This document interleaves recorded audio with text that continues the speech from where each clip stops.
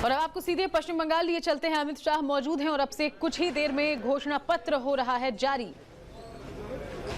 तो वादों की बौछार चुनावी सरगर्मियों के बीच लगातार हो रही है और अब बीजेपी ने भी अपना घोषणा पत्र जारी कर दिया है। ये तस्वीरें आप देख पा रहे हैं, अमित शाह मंच पर मौजूद हैं और बीजेपी ने अपना घोषणा पत्र जारी कर दिया है बंगाल चुनाव के लिए। देखना होगा कि कौन कौन से अहम मुद्दे हैं इस घोषणा पत्र के, क्योंकि इसके पहले तमाम दल लोक लुभावन वादे कर रहे हैं और बीजेपी घोषणा पत्र में किन मुद्दों को शामिल करती है ये अब पता चलने वाला है। इसके पहले प्रधानमंत्री नरेंद्र मोदी भी बंगाल के अलग अलग हिस्सों में जनसभा को संबोधित कर रहे हैं। सीधे सीधे टीएमसी और ममता बनर्जी को आड़े हाथ लेते हुए अमित शाह भी बंगाल के रण में लगातार अपनी नजर बनाए हुए हैं और ये घोषणा पत्र जारी करती हुई तस्वीरें सीधे कोलकाता से। আমি অনুরোধ করছি আপনার বক্তব্য রাখবার জন্য।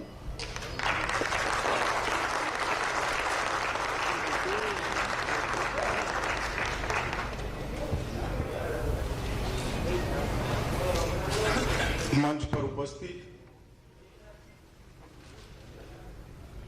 बंगाल भारतीय जनता पार्टी के अध्यक्ष श्रीमान दिलीप घोष जी, हमारे महासचिव और बंगाल के प्रभारी श्रीमान कैलाश विजयवर्गीय जी, केंद्रीय मंत्री देवश्री चौधरी जी,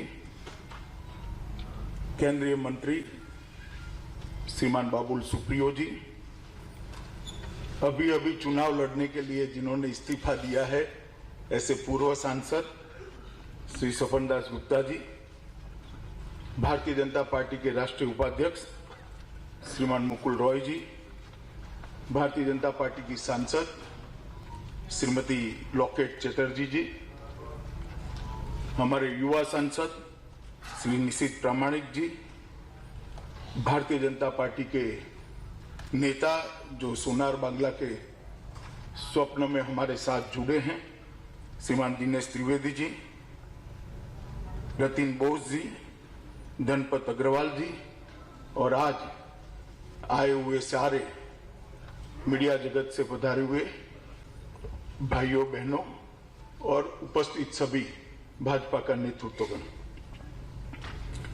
मित्रों,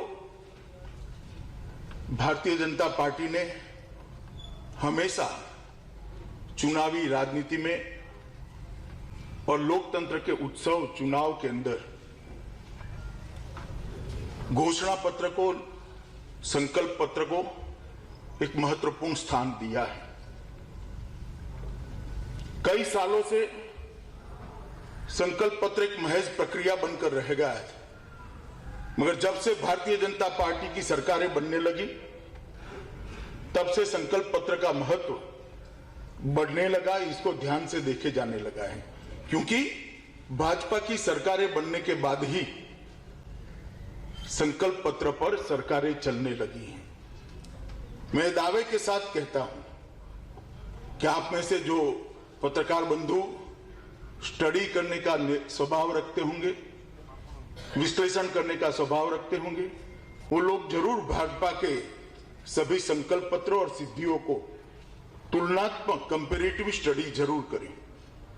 हमने ये पूरी प्रक्रिया को एक गंभीरता प्रदान की है, हमने ये पूरी प्रक्रिया को एक ऊंचाई प्रदान करी है और इसीलिए घोषणा पत्र की जगह हमने संकल्प पत्र नाम देना उचित कहा है, क्योंकि एक संकल्प है पार्टी का कि आगे हम कैसे सोनार बांग्ला बनाएंगे, आगे पश्चिम बंगाल की जनता की अपेक्षाओं को हम किस तरह से इसकी पूर्ति करेंगे। ये सिर्फ घोषणा नहीं है, ये संकल्प है दुनिया के सबसे बड़े दल का, ये संकल्प है एक संगठन के आधार पर चलने वाली पार्टी का, ये संकल्प है देश में 16 से ज्यादा राज्यों में जिसकी सरकार है वो पार्टी का, ये संकल्प है जिसकी पूर्ण बहुमत की सरकार 2 बार लगातार 30 साल के अस्थायी काल के बाद भारत में बनी है, उस पार्टी का यह संकल्प है। इसलिए हमारे लिए ये संकल्प पत्र बहुत महत्वपूर्ण है। जैसे हमारे प्रदेश अध्यक्ष जी ने आपको बताया इसके लिए हमने बंगाल के जन जन तक पहुंचने का प्रयास किया है। अनेक विध प्रयास करे हैं, कहीं बक्से गए, कहीं ऑनलाइन सजेशन ले लिए गए, कहीं ट्विटर पर व्हाट्सएप पर उसको कलेक्ट कर दिया गया, कहीं संपर्क अभियान किया गया, कहीं गांवों में हमारे कार्यकर्ता ने घर घर जाकर पर्चे भराए और इस संकल्पों को संग्रहित कर हमारे भारतीय जनता पार्टी के नेताओं ने इसको छान कर जनता की अपेक्षाओं को मूर्त स्वरूप देने के लिए और वो बजट के अनुकूल हो, इसका भी डिटेल इसके अंदर ध्यान रखा गया है। और ये संकल्प पत्र आधारित है सोनार बांग्ला के हमारे स्वप्न के आधार पर। इसका मूल आधार सोनार बांग्ला की रचना है और सोनार बांग्ला एक कोई कोरी कल्पना नहीं है। सदियों तक भारत का यह हिस्सा पश्चिम बंगाल देश की अगुवाई करता था, चाहे अध्यात्म का क्षेत्र हो, चाहे राजनीतिक क्षेत्र हो, चाहे विज्ञान का क्षेत्र हो, चाहे समाज सुधार का क्षेत्र हो, चाहे शिक्षा का क्षेत्र हो, चाहे साहित्य और कला का क्षेत्र हो, हर चीज बंगाल बाकी के भारत से आगे रहता था। और इसीलिए गोपाल कृष्ण गोखले कहते थे, what Bengal thinks today India think after 50 year. Bengal इतना आगे होता था। आज के आजाद और प्रगतिशील भारत की नींव कल के बंगाल में रखी गई।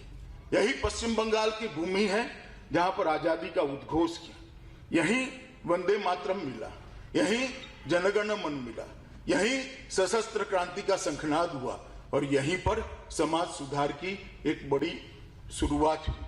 और बंगाल हमेशा से देश और दुनिया का मार्गदर्शक रहा। स्वामी विवेकानंद, रामकृष्ण परमहंस, चैतन्य महाप्रभु, श्री अरविंदो, बाबा लोकनाथ, श्री अनुकूल चंद्र ठाकुर जैसे महान व्यक्तियों ने न केवल बंगाल, न केवल भारत, दुनिया भर में आध्यात्म, चेतना और भक्ति का मार्ग प्रशस्त किया। जब पूरे देश अनेक प्रकार की कुरीतियों के अंदर घिरा गया था, सदियों की गुलामी के कारण अनेक प्रकार की अंधश्रद्धाएं देश की जंजीर बनकर जकड़ी हुई, तब बंगाल के सपूतों ने ही सामाजिक सुधार की शुरुआत की। गुरुदेव रविंद्रनाथ टैगोर, राजा राम मोहन राय, रानी रासमती, ईश्वर चंद्र विद्यासागर, मां शारदा देवी, केशव चंद्र सेन, हरिचंद ठाकुर, पंचानन वर्मा, ऐसे कई समाज सुधारकों ने यहां से एक समाज सुधार की ज्योति को जगाया जो मसाल बनकर पूरे भारत के अंदर फैली। भारत के स्वतंत्रता संग्राम का नेतृत्व भी बंगाल ने ही किया। नेताजी सुभाष चंद्र बोस, मातंगिनी हाजरा, श्यामा प्रसाद मुखर्जी, शहीद खुदीराम बोस, प्रफुल्ल चंद्र चाकी, सूर्य सेन, बागा जतीन, बीना दास जैसे कई महान नायकों ने हमारी आजादी के आंदोलन को एक आकार देने का काम किया। और बंगाल शिक्षा, विज्ञान, साहित्य, कला, खेल हर जगह पे अपना परचम लहराए होते थे। मगर आज पिछले 73 वर्षों के बाद अनेक आघात झेलते झेलते झेलते ये सभी क्षेत्रों में लगता है कि बंगाल कहीं पर पिछड़ने की शुरुआत हुई है, काफी कुछ पिछड़ गया है। एक समय था जब देश के इंडस्ट्रियल प्रोडक्शन का 30% हिस्सा बंगाल से आता था, वो घटते घटते घटते आज 3.5% पर 3.5% पर पहुंचा है। और इसका कारण 73 वर्षों का कुशासन है और विशेषकर 67 से लेकर आज तक लेफ्ट का शासन और ममता दीदी का शासन, ये इसका परिणाम है। जो बंगाल महिलाओं के अधिकार के लिए यहीं से देश भर में एक नया संदेश भेजती थी, आज महिलाओं के लिए सबसे असुरक्षित राज्यों में से एक राज्य बंगाल है। वर्षों की निष्क्रियता ने युवाओं के स्वप्न को भंग किया है। वर्षों की निष्क्रियता ने रोजगार की सृजन को, इसकी जंजीर, इसकी लड़ी को तोड़ने का काम किया है। और आज ईश्वर चंद्र विद्यासागर और विवेकानंद की भूमि पर युवा निराश होकर घूमता है। पिछले 10 वर्ष में बंगाल के अंदर तृणमूल कांग्रेस के कुशासन ने एक काले अध्याय की शुरुआत की है और सभी दृष्टि से चारों ओर निराशा व्याप्त हुई है। 10 वर्ष में ममता बनर्जी ने यहाँ की मुख्यमंत्री जी ने अपनी वोट बैंक के लिए तुष्टीकरण की राजनीति को चरम सीमा पर पहुंचाया है। देश की सुरक्षा, देश के अंदर घुसपैठ और गायों की तस्करी जैसे संवेदनशील विषयों को भी उन्होंने वोट बैंक की राजनीति के साथ जोड़कर देखा है। बंगाल के परंपरागत उत्सव को भी वोट की राजनीति के साथ जोड़कर देखा है। पिछले 10 वर्षों में ममता जी ने सफलतापूर्वक 3 ही काम किए हैं। पहला काम है एडमिनिस्ट्रेशन का पूर्ण पॉलिटिजाइजेशन, राजनीतिकरण कर दिया, पूरे एडमिनिस्ट्रेशन का राजनीतिकरण करा, पॉलिटिक्स का क्रिमिनलाइजेशन कर दिया और करप्शन को इंस्टीट्यूशनलाइज करने का काम ममता बनर्जी की सरकार ने किया है। आज घुसपैठिए बेरोक टोक अंदर आ रहे हैं। 70 साल से जो शरणार्थी यहाँ आए हैं वो अपनी नागरिकता कब मिलेगी वो राह देख रहे हैं, मगर बंगाल सरकार और बंगाल की मुख्यमंत्री उनको नागरिकता देने का नहीं, इसका विरोध करने का ऐलान करती है। सारे त्योहार मनाने के लिए कोर्ट को अप्रोच करना पड़ता है। 3 शिक्षक जो कहते हैं हमें उर्दू माध्यम की स्कूल नहीं चाहिए, बंगाली माध्यम की स्कूल चाहिए, उनको गोलियों से भून दिया जाता है, उनके पोस्टमार्टम तक नहीं होते।